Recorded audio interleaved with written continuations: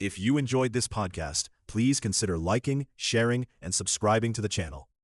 Chapter 1. The Mind That Cannot Stop. Understanding the Loop of Rumination, Part 1. The Restless Mind and the Problem of Shoka. The Bhagavad Gita begins on a battlefield. Two armies are ready to fight. The signal is about to be given, but before any sword is raised, one man breaks. Arjuna, a great warrior, trained his whole life for exactly this moment, drops his bow. His hands shake, his body goes cold.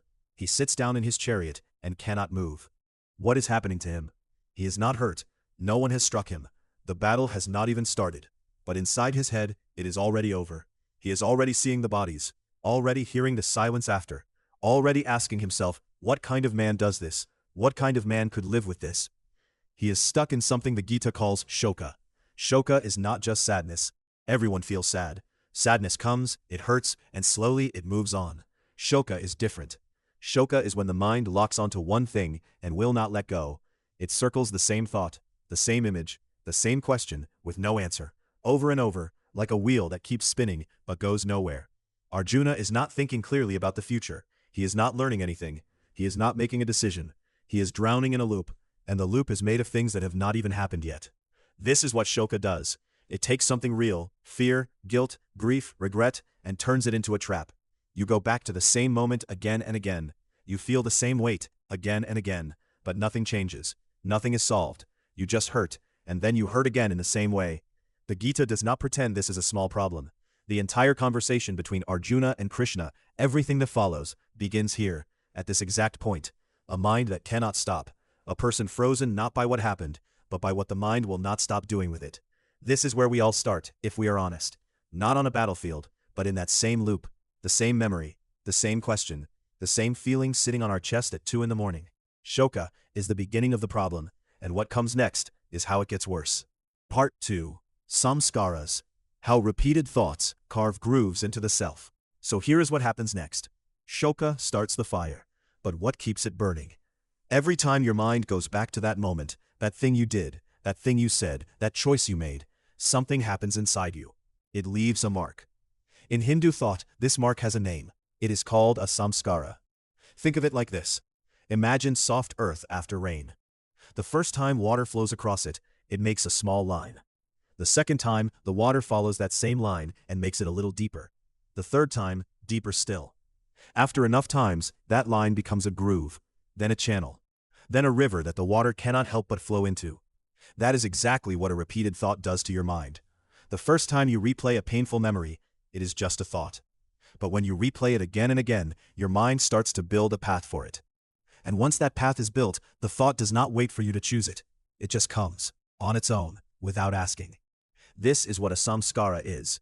It is the groove left behind by a thought you kept thinking. And here is the part that matters most. Once a samskara is deep enough, it stops feeling like a habit. It starts feeling like you. Like who you are, like something true about you. That guilt, that shame, that voice that says you always mess things up, it does not feel like a repeated thought anymore. It feels like a fact. But it is not a fact. It is a groove, a worn path, a channel the mind keeps falling into because it has fallen into it so many times before. The samskara does not just hold the past, it reaches forward. It shapes what you think next, and the time after that, and the time after that. What started as one hard moment slowly becomes the lens through which you see yourself. This is how Shoka does not just hurt you once, it builds a home in you, and starts making decisions about who you are. Part 3. Ahamkara and the need to have been right. And here is where the loop gets personal. The samskaras we just looked at explain how thoughts repeat, but they do not explain why you will not let certain ones go, why some memories come back 50 times, why you keep asking, what if I had done it differently? Why some part of you keeps returning to the same moment, turning it over and over, as if this time it will end differently. That is not the groove alone. That is Ahamkara at work. Ahamkara is the part of you that has a story about who you are. Smart, caring, a good parent, a person who doesn't make that kind of mistake. It is the self-image you carry without even knowing you carry it. And when something happens that doesn't fit that image, when you said the wrong thing, made the wrong call, hurt someone you love, Ahamkara panics. Because the story broke. So it does what it always does. It goes back. It replays the moment, not to learn from it, not to understand, but to find a way to make the story okay again. to find the angle where you were actually right, or where it was not really your fault, or where, if you had just known one more thing, the outcome would have been different, and you would still be the person you thought you were. This is why the replay feels so urgent. It is not curiosity, it is defense. The mind is not asking, what happened?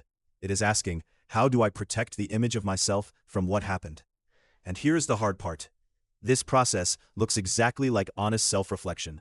It uses the same words, it visits the same memory, but the goal is completely different. Honest reflection wants truth. Ahamkara wants a verdict that lets the self off the hook.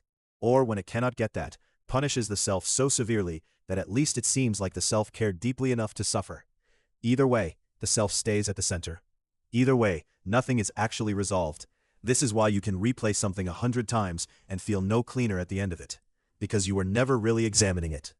Part 4. The difference between a witness and a judge. So now we come to something that changes everything once you see it. There is a part of you that can watch your own thoughts, not get pulled into them, not react to them, just watch. In Advaita Vedanta, this is called the Sakshi, the inner witness. It is the part of you that is aware, the part that sees what is happening inside your own mind without becoming that thing. The Sakshi does not panic, it does not punish, it simply looks and asks very quiet questions. What actually happened? What can I learn from this? What does this moment reveal about me or others? These are clean questions. They move forward, they want something real. But then there is the other mode, the judge. The judge does not ask clean questions, it asks crushing ones. How could you have done that? What kind of person does that make you? Why weren't you smarter, better, stronger? The judge already has a verdict, it is just waiting for you to confess. Here is the hard part. Most people think they are being the witness when they sit alone and replay a memory. They tell themselves they are just thinking it through, being honest with themselves, being responsible. But look at how it feels. Does it feel like quiet observation, or does it feel like standing in a courtroom with no defense? If there is shame pressing on your chest, that is not the witness. If there is dread of what the memory says about you as a person, that is not the witness. If every replay ends with you feeling worse, smaller, more guilty, that is not reflection. That is punishment wearing the face of reflection. The Sakshi has no interest in making you suffer. It has no stake in the verdict. It is not trying to prove anything about who you are. It only wants to see clearly. The judging mind wants something else entirely. It wants you to hurt enough to prove you are good. And that is a trap you can stay inside for years, without ever realizing the door was never locked. Part 5. When reflection becomes a sentence. Here is how you can tell the difference. Reflection does something. Each time you sit with a memory and truly reflect, something shifts. You see a new angle. You understand something you missed before. You feel something settle. It moves. It goes somewhere. And at some point, it is done. Punishment does not move. It circles. It comes back to the exact same moment, the exact same feeling, the exact same verdict, and it lands in the same place every single time. Nothing new is learned. Nothing is resolved. It just repeats, and then repeats again. The Gita is very clear about action and its consequences. Every action has a result. You cannot undo the action. You cannot go back. What you can do is understand it, carry what it teaches, and continue forward. That is the complete movement. Action, consequence, learning, release. When that movement stops at consequence and just stays there, something has gone wrong. So here is a simple question to ask yourself. Has this thought moved? Not, have you thought about it many times? Have you thought about it many times and come away with something different each time? Has anything new appeared? Has any understanding grown? Or have 10 visits to that memory produced the exact same weight, the same shame, the same conclusion? If 10 visits have given you nothing new, you are no longer reflecting. You are serving a sentence. And this is where it becomes very painful to see clearly. Because the person holding you inside that sentence is not someone else. There is no outside judge keeping you there. You are the one who keeps returning. You are the prisoner. And you are also the prison. The door is not locked from the outside. It never was. But the mind that keeps revisiting the same scene, the same verdict, the same punishment, that mind has convinced itself that going back again is somehow doing something useful. That if it just suffers a little more, something will finally be resolved. It will not. Suffering the same feeling for the 100th time does not produce understanding. Chapter 2. The Karma Trap. Why we take on burdens that were never ours. Part 1. Karma Yoga and the Boundaries of Responsibility. The Bhagavad Gita says something that can stop you in your tracks if you really hear it. Krishna tells Arjuna, do your action, but let go of the result. You are not the owner of what happens after you act. Most of us hear that and think it means do not care, but that is not what it means. It means there is a line. On one side of that line is what you actually control. Your choice, your action, your effort, the intention behind what you did. On the other side is everything else. How people responded, what happened next, what forces were already in motion before you even showed up. The Gita is very clear. Only what is on your side of the line belongs to you. Now think about the last time you replayed a past decision in your head. What were you blaming yourself for? Was it only your action? Or were you also blaming yourself for how someone else reacted, for something you could not have known, for an outcome that no choice of yours could have fully controlled? Almost always, when we sit with regret, we quietly expand the circle. We take on more than was ever ours. We treat the result as if it was ours to guarantee. We treat other people's feelings as if they were ours to prevent. We treat the future as if it was ours to see. That is not humility. It feels like humility. It looks like taking responsibility, but it is actually something else. It is the ego quietly making you bigger than you are. It is the ego saying, I should have been powerful enough to control things that were never in my hands. Karma yoga cuts through that. It says, your job was the action. That is where your responsibility begins and ends. Carrying the weight of the outcome on top of that is not noble. It is a mistake, and it keeps you stuck inside a loop that was never meant to be yours to solve. Part 2. The illusion of the complete picture. There is a word for this in Hindu philosophy, Maya. It means illusion. Most people think Maya is about the big things, the illusion of the self, the illusion of the material world, but it works in smaller ways too. One of the most common places it shows up is in how we look back at our own past. When you replay an old decision, your mind does something very quiet and very sneaky. It forgets that you are looking at that moment from outside it. You know how it ended. You can see the pieces that were missing. You have information now that simply did not exist for you then. And yet, your mind judges the person who made that choice as if they had everything you have now. That is the illusion. That is Maya at work. The person who made that decision was sitting inside a single moment. They had what they had, a certain amount of information, a certain emotional state, a certain understanding of what was possible. Not more. Whatever was hidden from them was genuinely hidden. Whatever was unclear was genuinely unclear. That is not an excuse. That is just the truth of what a moment is. When you ignore that, when you hold your past self to a standard that only became possible after the fact, you are not being honest. You are punishing someone for not knowing something they had no way of knowing. And the suffering that comes from doing this is real, and it is directly proportional to how wide that gap is between what was knowable then and what is clear to you now. The Gita does not ask you to be soft on yourself. It asks you to be accurate. Accurate about what the action was, accurate about what was in your hands, accurate about what was not. Genuine learning only becomes possible when you see the past the way it actually was, not the way it looks from where you are standing now. Part 3. The past self as a different configuration. And this is where something even deeper comes in. You are not the same person you were when that decision was made. Not in a poetic way, in a real, literal way. Vedantic philosophy, the deep thinking behind the Gita, says the self is not a solid fixed thing. It is more like a river, always moving, always changing. What you call you is a constantly shifting mix of awareness, experience, memory, and the three gunas, the three basic qualities that shape everything in nature: clarity, restlessness, and heaviness.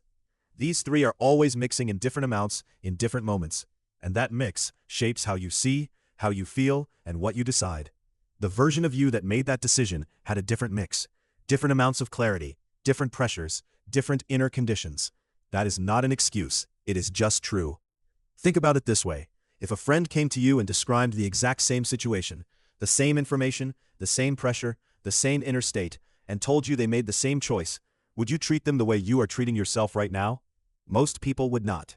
Most people would try to understand. They would ask questions. They would be fair. That fairness is not softness, it is accuracy. Vedanta is not asking you to let yourself off the hook. It is asking you to see clearly. The self that acted then was genuinely different from the self that is judging now. Same body, same name, but a different configuration of awareness, shaped by a different moment. When you judge that past self as if it were this present self, with everything you now know, everything you have now felt, you are making the same mistake as before, just in the opposite direction. You are still refusing to see the moment as it actually was. Real learning cannot start from a distorted picture. It can only start from an honest one. And an honest picture includes who you actually were, not who you wish you had been. Part 4. Guilt versus Viveka. Two very different teachers. So now we reach something that matters a lot, the difference between two kinds of pain. When something goes wrong, you feel bad. That is natural. But not all bad feelings are the same. Some of them are trying to teach you something. Some of them are just hurting you, over and over, without giving you anything back. Guilt is the second kind. It circles. It comes back. It sits heavy on your chest and says, you should have known better. Not once, but 100 times, in 100 different ways. It doesn't show you something new each time. It just reminds you that you failed. Guilt is not looking outward at what happened. It is looking inward at you, pointing, accusing. It makes you the problem rather than the decision. And because you cannot undo yourself, guilt has no exit. Viveka is different.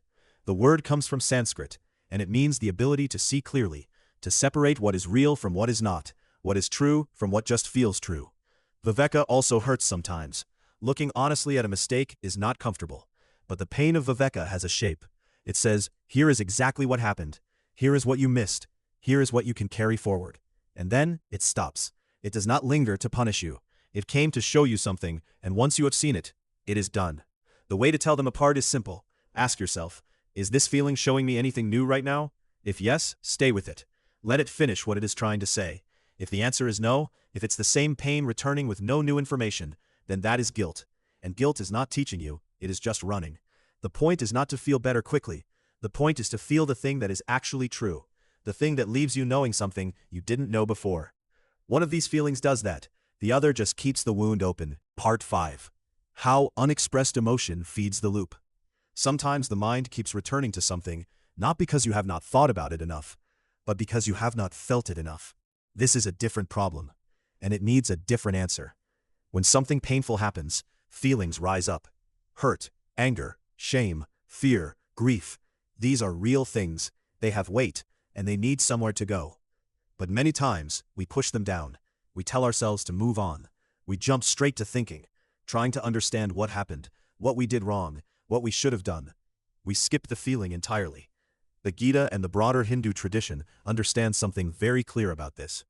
Emotion is not separate from life. It is life moving through you.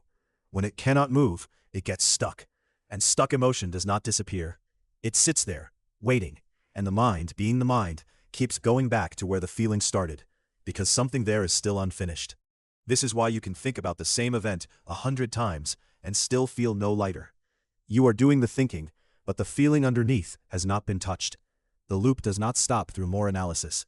It stops when the original feeling is finally met honestly, when you let yourself feel what was actually true at the time. Not what you should feel, not what is comfortable to admit, what was real. That does not mean dramatizing it or staying in it forever. It means giving it the space it was denied the first time. Naming it, acknowledging it fully, letting it move. Only after that does the mind become clear enough to actually learn. The reflection you are trying to do, the honest looking back, the separating of what was yours from what was not. That work can only happen cleanly once the emotional reality of what happened has been acknowledged. Trying to learn before that is like trying to read in a dark room. The words are there, but you cannot see them properly. Chapter 3. Smriti, the art of remembering with awareness. Part 1. What smriti actually means. The word smriti means that which is remembered. Simple enough. But the ancient teachers were pointing at something much deeper than just having a good memory. Everyone remembers. That is not the hard part. The hard part is how you remember. Think about it this way. You can look at something that happened in the past and feel it pulling you under, like you are back inside it, drowning in it all over again. Or you can look at the same event and simply see it clearly, like reading a map. Same past. Two completely different ways of holding it. The first way is called Shoka, grief, confusion, being lost inside pain. The second way is Smriti, clear, calm, awake remembering. The Vedic teachers understood that memory is not just a storage room. It is a living thing. And the way you enter it changes what you find there. When you remember with Smriti, you are not reliving the past, you are learning from it. The past becomes information. It tells you something useful about who you were, what you knew at the time, and what you can do differently now. When you remember without Smriti, lost in Shoka, the past becomes a punishment. You go back and back and back not to learn, but to feel bad.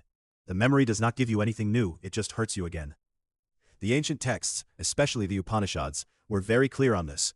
The goal is not to forget what happened. The goal is to remember it well. To bring the past into the present as a teacher, not as a wound that keeps reopening. Smriti is not something that just happens to you. It is something you build.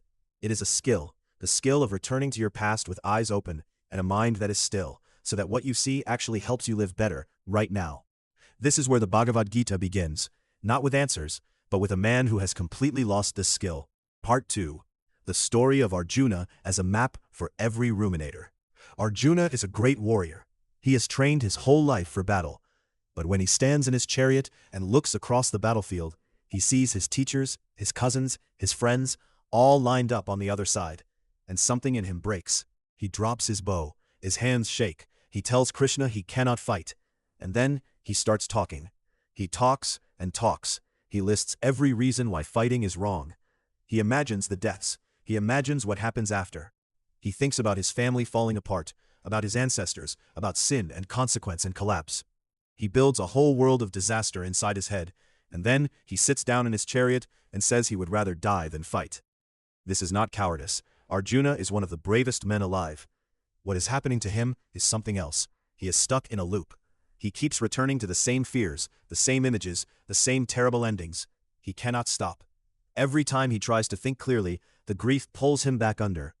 This is exactly what rumination feels like. It is not just sadness. It is the mind going around and around the same thing, unable to move. You are not remembering to learn. You are remembering to suffer. And the more you go back, the worse it gets. Krishna sees this. He does not dismiss Arjuna. He does not say stop being dramatic, or just fight. He sits with him. And then slowly, across 18 chapters, he shows Arjuna how to think again, how to return to what is true without drowning in it. The whole Bhagavad Gita is Krishna teaching Arjuna the difference between Shoka, grief that traps, and Smriti, memory that clears. Arjuna's breakdown is not a flaw in the story, it is the map. Every feature of his mental state in that first chapter is something you may have felt yourself. The spiraling, the justifications, the paralysis dressed up as wisdom. The Gita begins here, in this stuck place, because this is where most of us are when we need it most. Part 3. From replay to inquiry, changing the quality of the return. So here is the real question. When you go back to a memory that hurts, what are you doing there? Most people go back as the judge. They sit in front of the memory like it is a crime scene. They look at what they did and they say, how could I have done that? What was wrong with me? And they leave the memory feeling worse than when they arrived. That is not learning. That is punishment. And punishment does not teach anything. It just hurts. Vichara is a word from Vedantic thinking. It means self-inquiry, honest, calm questioning, not harsh questioning, not attacking yourself. Just asking what actually happened and what it means. The Vedantic teachers were very clear about this. You are not the prosecutor. You are the investigator. There is a big difference. A prosecutor already has the verdict. An investigator is still looking for the truth. So when you go back to the memory, you ask 4 simple things. What was I trying to do? What did I actually do? Where is the gap between those two? And what does that gap tell me about what I understood or did not understand at that time? That last part matters the most. You did not act from who you are now. You acted from who you were then, with what you knew then, under the pressure you were under then. The gap between what you meant to do and what you did, that gap is not proof that you are bad. It is information about where your understanding was incomplete. This is what Smriti actually looks like in practice. You return to the past, but you return as someone who wants to understand, not someone who wants to suffer. The memory does not change, but what you take from it changes completely. The habit of self-punishment is strong. It does not break in one sitting, but vichara is also a habit, and it can be built the same way, one honest return at a time. Each time you catch yourself arriving at the memory as a prosecutor, you can stop. You can choose to ask a question instead of deliver a verdict. That is the shift. Small, quiet, and completely within your reach. Part 4. Dhyana, and the practice of watching the loop without feeding it. So you have started to change the way you return to the memory. You arrive with a question instead of a verdict. That is real progress. But there is still one problem. The mind keeps going back on its own. You did not choose to think about it. It just showed up again. And the moment it showed up, something in you responded. A tightening, a feeling, a rush of the same old pain or shame or anger. And that response, that is the fuel. That is exactly what keeps the loop alive. This is where dhyana comes in. Dhyana is the Sanskrit word for meditation, but not the kind where you empty your mind or feel calm and peaceful. That is not what the tradition is actually teaching. Dhyana is the practice of sitting still and watching your own mind, without jumping in, without pushing anything away, and without adding anything to what is already happening. You watch the thought come, you watch it move, you watch it go. You do not follow it, you do not fight it, you just see it. This sounds simple, it is not. Because the moment a painful memory appears, the natural human response is to react, to feel the guilt, to argue with it, to explain yourself to yourself, to feel the sting of it all over again. That reaction is not just painful, it is also food for the loop. Every time you react, you are feeding it. You are giving it energy to come back tomorrow. Dhyana trains you to not feed it. Not because you are suppressing the memory, not because you are pretending it didn't happen, but because you are learning to be the one who watches, not the one who gets pulled in every time. In the Gita, Krishna speaks of the steady-minded person, one whose mind is not shaken by grief, not excited by joy, free from desire, fear, and anger. That steadiness is not something you either have or do not have. It is something you build, slowly, sit by sit. Each time you watch the loop arise and let it pass without reacting, the loop loses a little of its grip. It does not disappear overnight, but it weakens, and you get a little more free. Part 5. Pranayama and the body's role in breaking the cycle. You have been learning to watch the mind, to sit still and let the loop run without chasing it. That is real work. That there is something else happening when you ruminate. Something happening in your body, and it matters just as much. When you get stuck in a memory, your breath changes. It gets shallow. Your chest tightens. Your shoulders pull up. Your stomach clenches. You may not even notice it, but your body is reacting as if the past event is happening right now. And that reaction does not just follow the thought, it feeds it back. The tight chest makes the mind more anxious. The shallow breath keeps the nervous system alert. The body and the mind are running in a circle together. Hindu philosophy never separated the two. The ancient teachers said that both, the body and the mind, are expressions of the same thing, prana, life force, the energy that moves through you when you breathe, think, feel, and act. When prana moves in a disturbed way, everything disturbs. When prana steadies, the mind steadies too. This is why pranayama, the practice of working with the breath, is not a side practice or a calming trick. It is a direct way of touching the same root that the rumination loop grows from. The Vedic teachers gave specific ways of breathing for specific states. For a mind that is churning, spinning fast, replaying, tightening, the practice of nadi shodhana is one of the most direct tools. You breathe in through one nostril, hold gently, breathe out through the other, then reverse, slowly.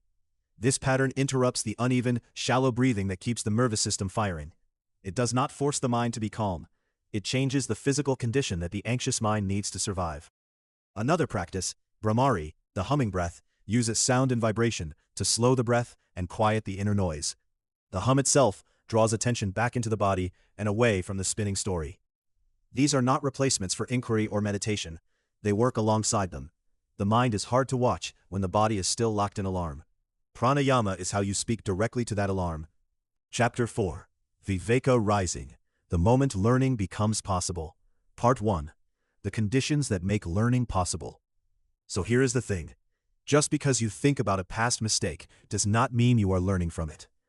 The mind can replay the same moment 100 times and walk away with nothing except more pain.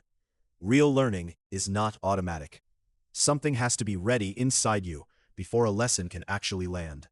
The Gita points to this quietly but clearly. Krishna does not rush Arjuna into wisdom.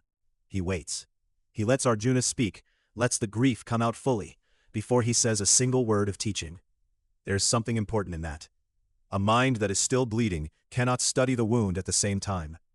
The first condition is distance, not forgetting, just enough space between you and the event that the heat has cooled a little. When you are still inside the fire, everything you see is distorted by it. The second condition is what the Gita calls Viveka, the ability to see clearly, without the ego jumping in to defend itself or attack itself. When Viveka is present, you can look at what happened and ask honestly, what was this? When it is absent, you are not asking a question. You are already at the verdict, and you are just building the case. The third condition is honesty about control. What was actually in your hands? What was not? The mind that skips this step tends to either take blame for everything or responsibility for nothing. Neither is learning. Both are forms of avoidance. The fourth condition is direction. Are you looking at the past to understand what to carry forward? Or are you looking at it because some part of you is still trying to undo it? That difference matters more than most people realize. Reflection that points toward the future is learning. Reflection that keeps circling the original moment is still punishment, even if it feels like thinking. Before you try to pull a lesson from something that hurt you, pause and check. Is there enough distance? Is your mind discerning or just reactive? Are you being honest about what you could and could not control? And are you actually trying to move forward or trying to go back? If those conditions are not in place, the lesson will not stick. What you will get instead is the same loop, slightly repackaged. Part 2. How Krishna Teaches Without Shaming. A Model for Self-Teaching. Look at how Krishna speaks to Arjuna in the Gita. Arjuna is on the ground, shaking, refusing to fight, saying he cannot do this. He is a mess. And Krishna does not say, "You should have been stronger." He does not say, "A real warrior would not be sitting here crying." He does not list everything Arjuna got wrong to get to this point. He just starts from where Arjuna is, right there on the battlefield floor. And he teaches. That is the whole model. Krishna meets Arjuna at his lowest, not to judge the lowest, but to move from it towards something clearer. Every word Krishna speaks is aimed at one thing, helping Arjuna see more clearly than he did a moment ago, not making Arjuna feel bad about how he was seeing before. Now think about how most of us talk to ourselves when we are looking back at something we did wrong. We do not sound like Krishna. We sound like a judge who already has the verdict and is just reading the charges out loud. We go back to the moment, we look at what we did, and we say, "You should have known better. Why did you do that? What were you thinking?" The voice is not trying to teach, it is trying to convict. The difference is not subtle. A teacher starts where the student is and moves toward understanding. A judge starts with the sentence and works backward to justify it. When you go back to a past decision with the voice of a teacher, patient, honest, focused on what is actually true, you can learn something real. When you go back with the voice of a harsh judge, you do not learn anything. You just feel worse about something you cannot change. Krishna never tells Arjuna the goal is to feel bad about the confusion. The goal is to see through the confusion. That is what real self-inquiry looks like. It is not soft. Krishna is not soft with Arjuna. He is direct and clear, but direct and harsh are not the same thing. One is aimed at your growth, the other is aimed at your guilt. When you sit with something from your past, ask yourself which voice is speaking. Is it moving you toward clarity, or has it already decided you are the problem? Part 3. Extracting the teaching without amplifying the wound. There is a difference between looking at a wound and cutting into it again. When you go back to a past decision, you are not going back to hurt yourself. You are going back for one thing, the lesson. The moment you have it, you leave. This is what surgical reflection means. You go in with a clear purpose. You find what is useful, you come out. The Vedantic teachings on non-attachment are not asking you to pretend the past did not happen. They are not asking you to be cold or unfeeling. What they are pointing to is something more precise. The ability to look at something painful without fusing with it. The memory is not you. The mistake is not you. What happened is information, nothing more. Most people do one of two things. They avoid the memory completely, which means the lesson never lands, or they stay inside it too long, turning it over and over until the pain grows bigger than the original event. Neither of these is reflection. One is escape. The other is punishment dressed up as learning. Real reflection looks different. It is short. It is specific. You ask one clear question. What was actually happening in that moment that I could not see then, but can see now? You wait for an honest answer. When it comes, you take it. Then you step back out. You do not need to relive the whole thing to learn from it. You do not need to feel the full weight of it again to get what it has to give you. Krishna does not make Arjuna replay every mistake before teaching him. He goes straight to what is true and useful. The same directness is available to you. When you sit with something from your past, measure your time in there. Ask what you came for. The moment you have a real answer, not a judgment, not a verdict, but an actual insight into what happened, that is when you close the door and walk forward. The lesson is the only reason you went in. Once you have it, staying longer is not learning. Part 4. Vairagya, the freedom that comes after understanding. Once you have taken what you came for, something shifts. Not loudly, not all at once, but the memory starts to feel different, less like a hot coal and more like a stone that has cooled. You can hold it without burning. That shift has a name in the old teachings. It is called Vairagya. Vairagya is usually translated as detachment, but that word makes it sound cold, or distant, or like you stopped caring. That is not what it means. Vairagya is what happens when you have seen something so clearly that it stops pulling at you. Not because you forced it away, not because you pretended it did not hurt, but because you actually understood it. The understanding itself did the work. Think about the difference between a scar and an open wound. A scar is real. It happened. You can see it and touch it and know exactly where it came from, but it doesn't bleed anymore. An open wound bleeds every time something touches it. Most people who are stuck in the past are not stuck because they remember too much. They are stuck because the wound never fully closed. And wounds do not close through ignoring them. They close through proper care. Vairagya is the closed wound. It is the sign that the reflection was real. When Arjuna sits broken at the start of the Gita, he is in the open wound state. Every thought pulls him back into the pain. Krishna does not tell him to stop feeling. He takes him through real understanding, step by step, all the way to clarity. By the end, Arjuna can stand. Not because the war became easy, but because he saw clearly enough that the confusion lost its grip. That is what genuine learning produces. You do not forget the past decision. You do not pretend it was fine. You simply stop being owned by it. It becomes something that happened, something you understood, something that taught you, and then it takes its place quietly behind you while you face forward. That quietness, that ease, is not emptiness. It is the feeling of being free. Part 5. Living forward, integrating the lesson without carrying the case. That freedom you just felt, that ease, is not the end. It is the beginning of something else. When the past no longer pulls at you, something opens up. You are suddenly present again. And being present means you can act again, clearly, without the old weight dragging at your feet. This is where the Bhagavad Gita's teaching on karma yoga becomes very real. Krishna tells Arjuna to act fully. Not to act while looking over his shoulder. Not to act while rehearsing what went wrong before. Just act, completely, cleanly, in this moment with what is in front of you now. That is not recklessness. It is actually the hardest thing to do, because the mind wants to parry everything with it, every old mistake, every old fear, every old version of yourself. It wants to drag all of that into the next decision, and when it does, you are not fully here. You are half here and half back there. Karma Yoga says, leave the case behind. Not the lesson, the case. The lesson is yours. The case is closed. A real lesson does not stay in your head as a thought you repeat. It moves down into your hands, into your choices, into the small, ordinary moments of your day. It changes how you listen, how you decide, how you pause before you speak. You do not announce it. You just live it. That is how you know the learning actually happened, not because you can explain what you did wrong, but because you are different now in a way that is quiet and practical and real. The Gita is not interested in how well you understand the past. It is interested in the quality of the person standing in the present, ready to act. Arjuna did not leave the battlefield having written a full account of his breakdown. He picked up his bow. That was the proof.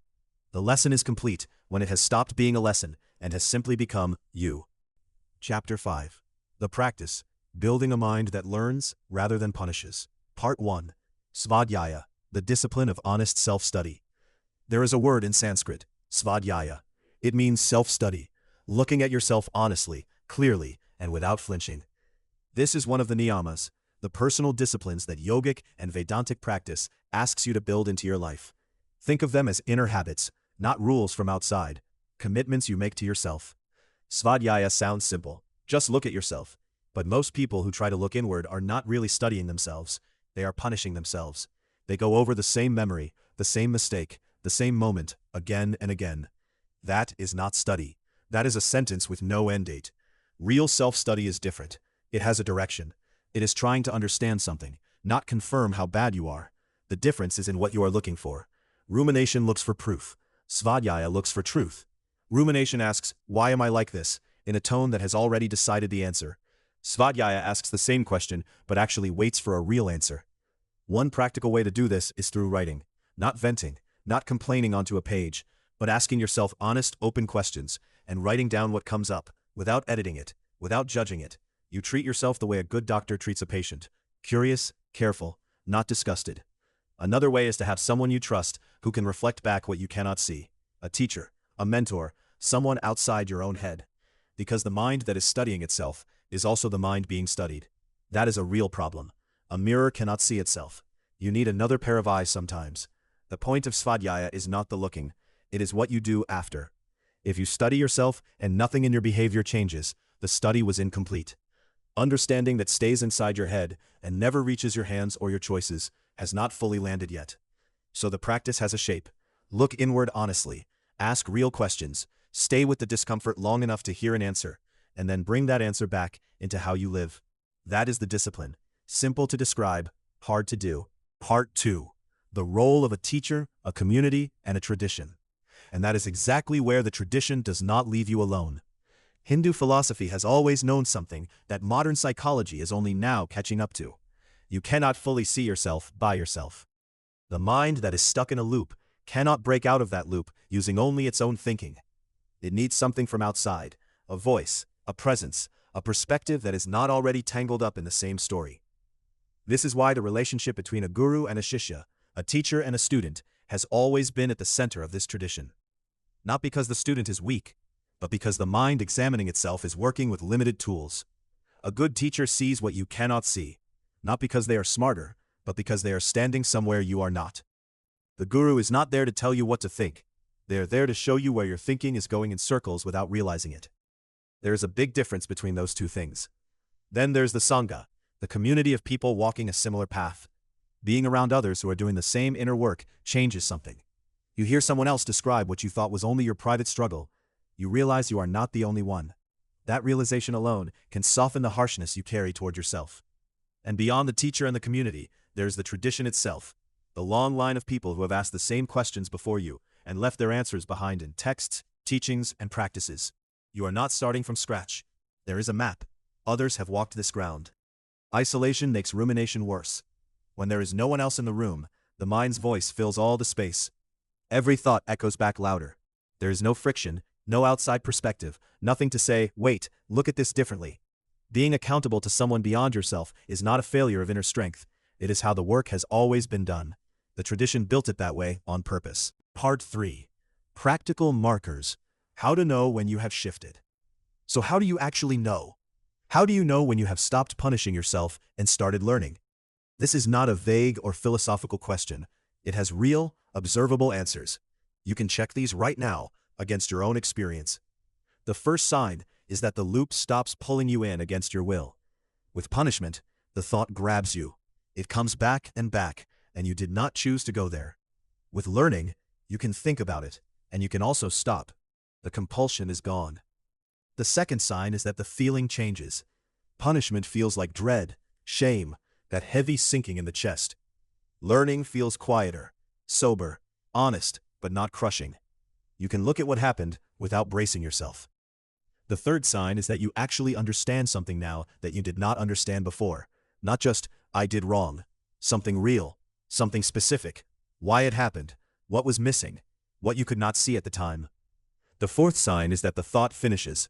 It comes, it moves through, and it ends. It does not keep looping. A thought that is still punishing you does not know how to end. A thought that has done its work can settle. The fifth sign is that your behavior has changed. Not as a rule you are forcing yourself to follow, but because something in you actually shifted. You do not do the same thing again. Not because you are scared of feeling bad, but because you genuinely see it differently. The sixth sign is that the memory no longer hits you the same way. You can bring it up and look at it. The full original weight is not there anymore. It is more like looking at an old document than like reopening a wound. None of these markers require you to feel perfect or completely at peace. They only ask, has something actually moved? Even a little? If yes, you have learned.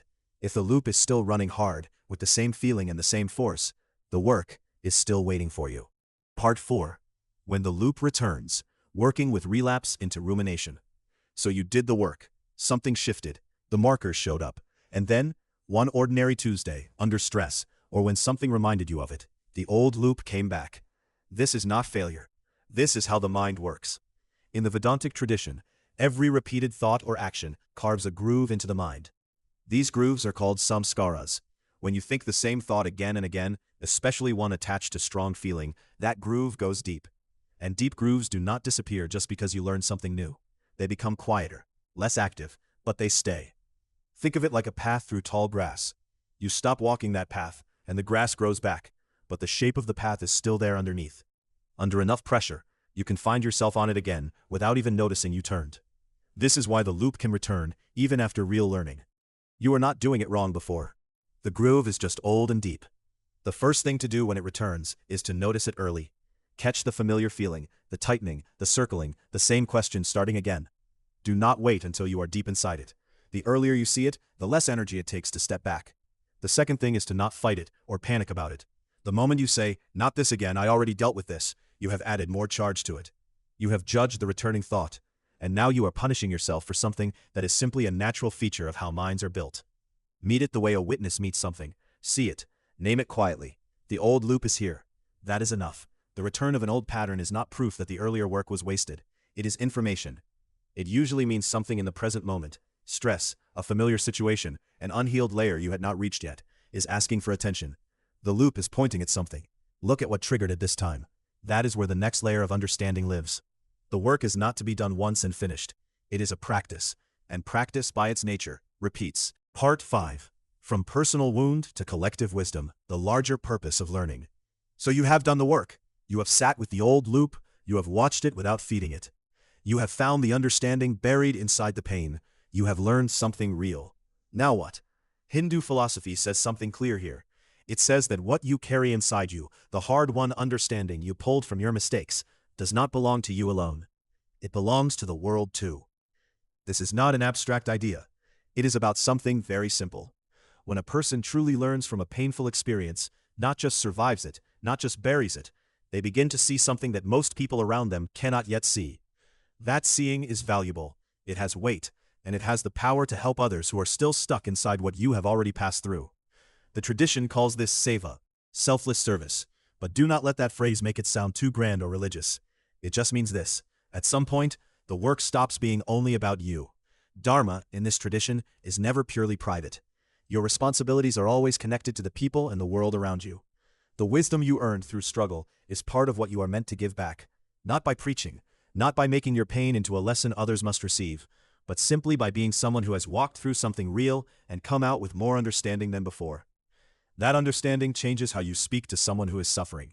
It changes how you listen. It changes the quality of your presence when someone near you is caught in their own loop and cannot see a way out. You do not need to say much. The learning shows up in how you are, not just in what you say. This is the full arc of the journey. It begins with the loop, with the mind that replays and punishes and cannot rest. It moves through honest self-study, through the witness, through the slow shift from shame to understanding. And it ends here. Not in silence, not in private peace alone. It ends in the giving back of what was gained. The wound becomes something useful.